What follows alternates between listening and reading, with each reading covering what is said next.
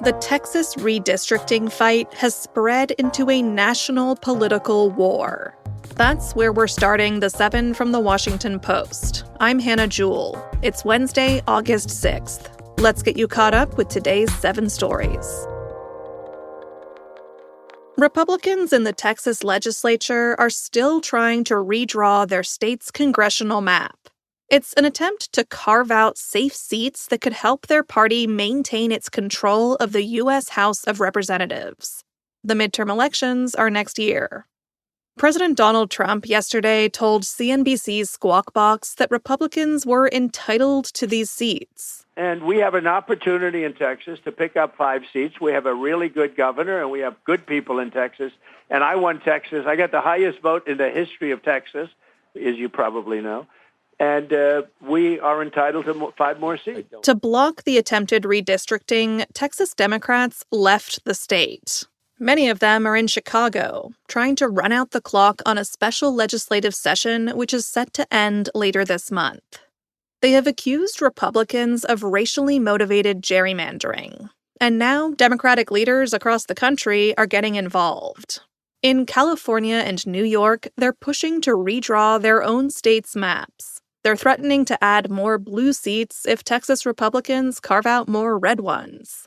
Ken Martin is the chair of the Democratic National Committee.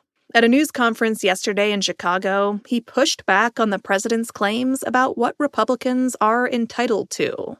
Let me just be really clear about this. No party is entitled to any district. We have to go out and earn the votes, and that's what a democracy is about. He also described a change in the Democrats' approach. This is not the Democratic Party of your grandfather, which would bring a pencil to the knife fight. This is a new Democratic Party. We're bringing a knife to a knife fight, and we are going to fight fire with fire. Democrats have previously said they oppose gerrymandering, even when it could benefit them.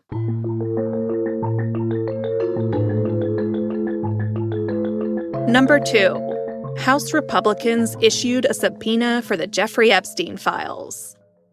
Yesterday, the Republican-led House subpoenaed the Justice Department. It's demanding files on the late convicted sex offender Jeffrey Epstein. The move could set up a contentious standoff between Congress and the Trump administration. And it shows that Trump's party is still demanding more transparency over Epstein.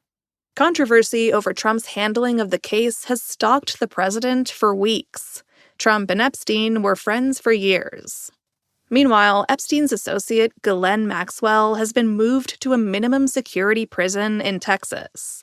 A former prison warden described it as a country club and said that Maxwell's move there looks a lot like special treatment. Maxwell is serving 20 years for sex trafficking. Federal guidelines would ordinarily bar such an inmate from a minimum security prison camp. Maxwell recently answered questions about Epstein in an interview with the Justice Department. Number 3. Health Secretary Robert F. Kennedy Jr. announced a crackdown on mRNA vaccines. mRNA vaccine technology is a major scientific advancement. It allowed for the rapid development of coronavirus vaccines during the pandemic. But it's also a target of Trump's Department of Health and Human Services, which is led by Kennedy, who's a vaccine skeptic. Kennedy announced yesterday that the administration has launched a coordinated wind-down of 22 mRNA-related projects. The agency will cancel or alter nearly $500 million in contracts. It will affect projects focused on creating a vaccine for bird flu, developing therapeutics for respiratory viruses, and more. The move follows months of pressure from conservatives and anti-vaccine activists. Public health officials say the move will harm the nation's ability to fight diseases.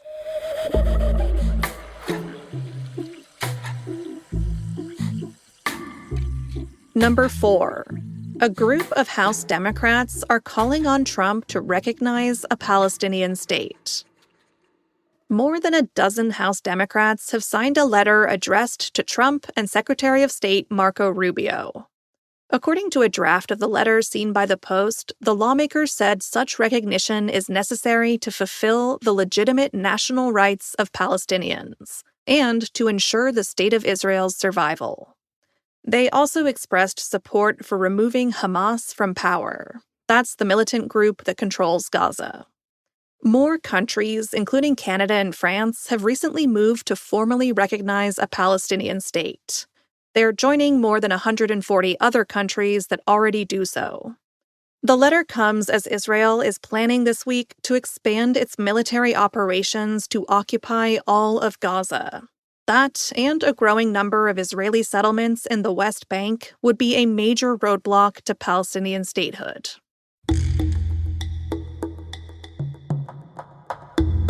Jim Acosta sparked outrage with an interview with a Parkland victim's AI avatar. That's our fifth story. Acosta was formerly CNN's White House correspondent. He's now an independent journalist. This week, he published what he called a one-of-a-kind interview. It was a conversation between himself and an AI-generated avatar modeled on Joaquin Oliver. Joaquin was one of 17 people killed in the 2018 mass shooting at Marjory Stoneman Douglas High School in Florida. Here's part of that AI-generated chat.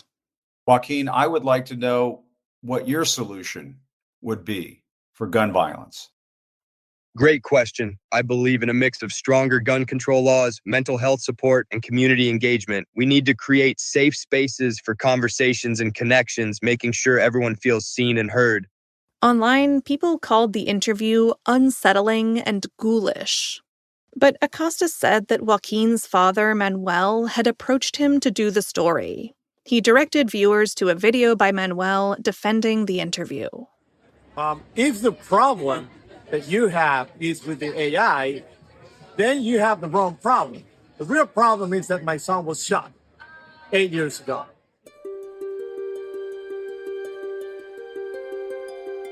Number 6. An investigation found that the Titan submersible disaster was preventable. In 2021, a submersible made by the company OceanGate imploded while on a trip to visit the wreckage of the Titanic. All 5 people on board the sub were killed. The incident brought international attention to the dangers of deep-sea tourism. In a report published yesterday, the U.S. Coast Guard blamed the disaster on OceanGate's failure to follow engineering protocols and its use of, quote, intimidation tactics. The report said that the company strategically created and exploited regulatory confusion and oversight challenges, and that its CEO, Stockton Rush, who died on board the Titan, ignored vital inspections and maintenance procedures.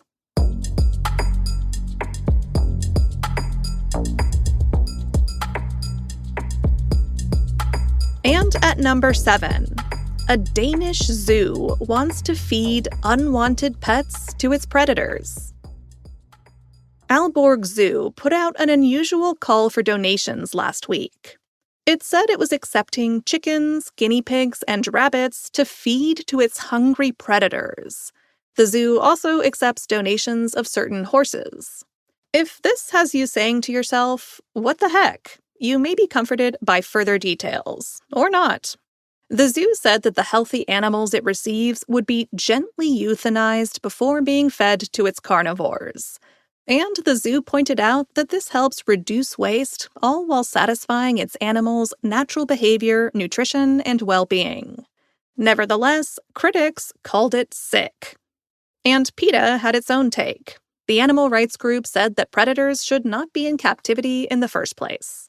Defenders of the zoo policy say that carnivores need to eat meat, so they may as well eat fluffy pet bunnies nearing the end of their long and happy lives.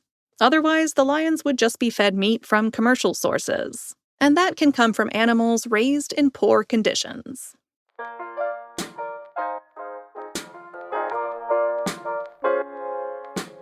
All right, you're all caught up.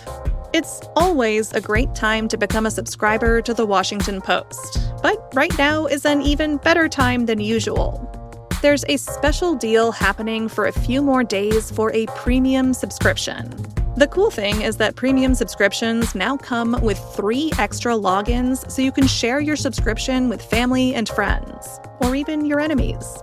Check out the link in our show notes for details or go to washingtonpost.com/subscribe. That's washingtonpost.com/subscribe.